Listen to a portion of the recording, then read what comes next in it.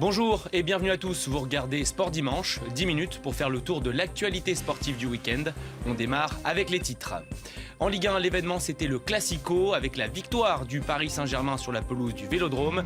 Les Parisiens s'imposent 3-2 après avoir été menés au score par 2 fois par l'Olympique de Marseille. En Turquie, le bus de l'équipe de Fenerbahçe a été pris pour cible par un homme armé.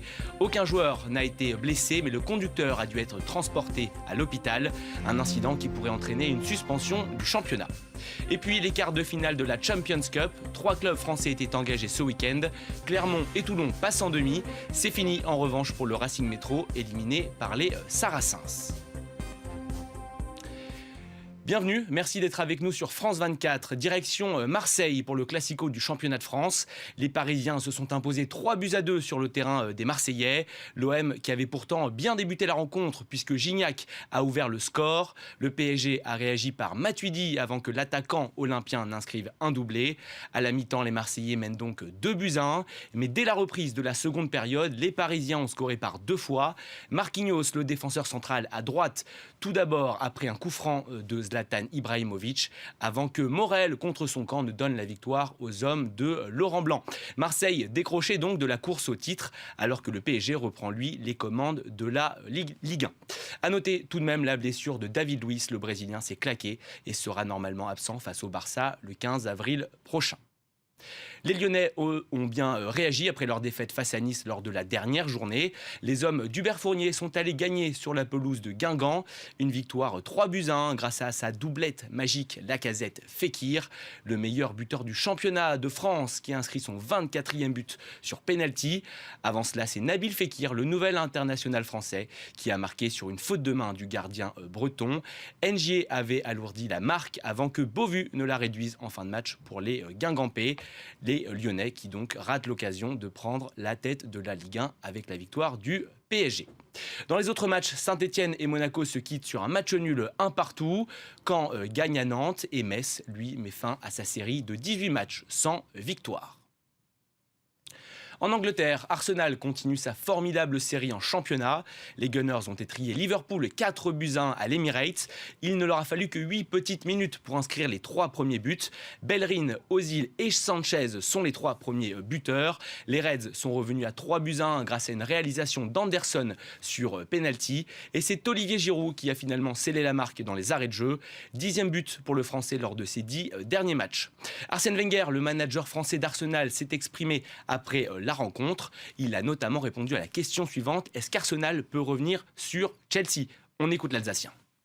Pour l'instant, non, parce qu'il faudrait que Chelsea perde des matchs, quoi. Pour l'instant, ils n'en perdent pas. Nous, tout ce qu'on peut faire, c'est donner le maximum pour gagner tous nos matchs.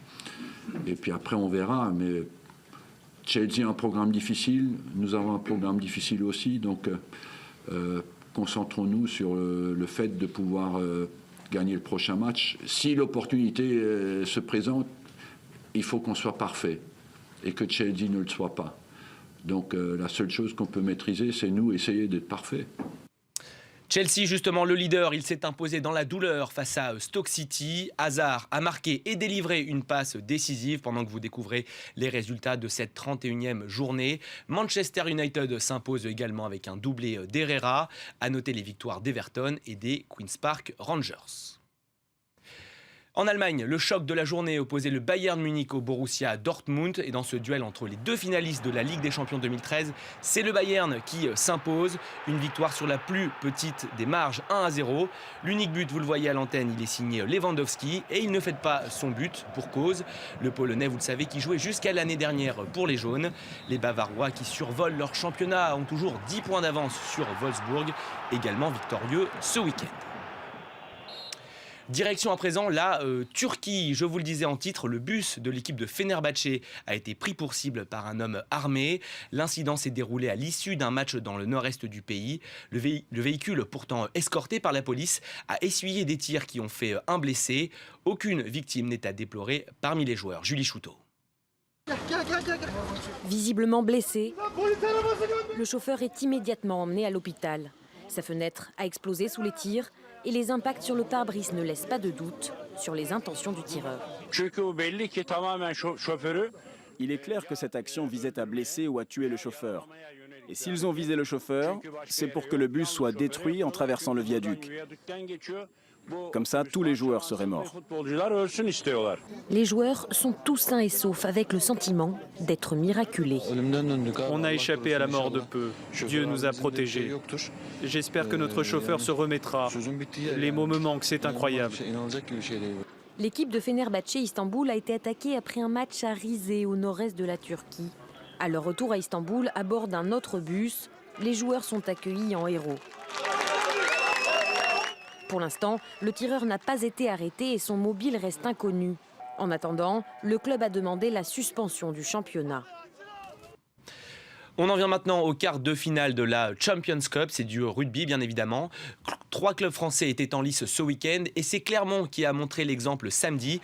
Ils ont corrigé Northampton, une victoire 37-5 pour les Auvergnats. 3 essais en première période, inscrits notamment par Naïkatassi par 2 fois et Fofana. Au pied, Brock James a tout passé entre les poteaux. Les coéquipiers de Wesley Fofana qui sont invaincus, écoutez bien, depuis 6 ans et demi en Coupe d'Europe sur leur pelouse. Ça s'est moins bien passé en revanche pour le Racing Métro. Une défaite cruelle dans les dernières secondes de jeu. Les Parisiens qui s'inclinent donc 11-12 contre les Saracens. La décision s'est faite sur une pénalité en toute fin de match de Marcelo Bosch. Vous voyez l'Argentin qui se prépare. Il passe sa pénalité entre les poteaux et il met donc fin au rêve européen des Racingmen. Vous découvrez à présent les résultats complets de ces quarts de finale de la Champions Cup. Toulon, le 3e club français, s'est imposé ce dimanche face au Wasp. Les Toulonnais, double champions d'Europe en titre, ont gagné 32-18. Enfin, dans le dernier match, Leinster a battu Bath 18-15. Le programme des demi-finales, Clermont-Saracens et Toulon-Leinster. Des rencontres à suivre le 17 avril prochain. La natation et les championnats de France à Limoges. Florent Manodou est devenu ce dimanche champion de France sur 50 mètres nage libre. Le pensionnaire du Cercle des nageurs de Marseille s'impose en 21 secondes et 70 centièmes. Il décroche ainsi sa qualification pour les mondiaux de Kazan. Deuxième de la course, Clément Mignon. Il obtient lui aussi le droit d'aller en Russie pour les prochains championnats du monde. Fabien Gillot a lui pris la 3e place. On va écouter Florent Manodou. Il s'est exprimé après sa finale gagnée. Et vous allez voir, il est loin de se satisfaire de ce titre. Écoutez. C'est nul. C'est nul, bah ouais, c'est nul. Je fais 21,5 ce matin, je fais 21,7 ce soir. Donc heureusement que c'est une finale de championnat de France, c'est pas une finale de championnat d'Europe, championnat du monde. Non, ça m'inquiète pas parce qu'on est en avril, mais ça donne pas des points de confiance. J'étais vraiment bien ce matin, je voulais faire un peu pareil ce soir et j'arrive pas, donc c'est frustrant. En tennis, Serena Williams a remporté son 8e titre à Miami. La numéro 1 mondiale a battu l'Espagnol Carlos Suárez Navarro en 2-7. Le score 6-2, 6-0. L'Américaine qui s'est offert le luxe de remporter les 10 derniers jeux d'affilée. Chez les hommes, c'est Novak Djokovic qui a remporté le tournoi de Miami. Le Serbe s'impose face à Andy Murray en 3-7, 7-6, 4-6 et 6-0 dans la dernière manche. Le numéro 1 mondial est le premier joueur de l'histoire à s'imposer 3 fois à Indian Wells et Miami consécutivement. C'est la fin de cette édition. Je vous en rappelle l'information principale, la victoire du Paris Saint-Germain ce soir sur la pelouse du Vélodrome. Les Parisiens qui reprennent en même temps la tête de la Ligue 1 devant l'Olympique Lyonnais. Merci d'avoir suivi cette édition. Restez avec nous, l'information continue bien évidemment sur France 24.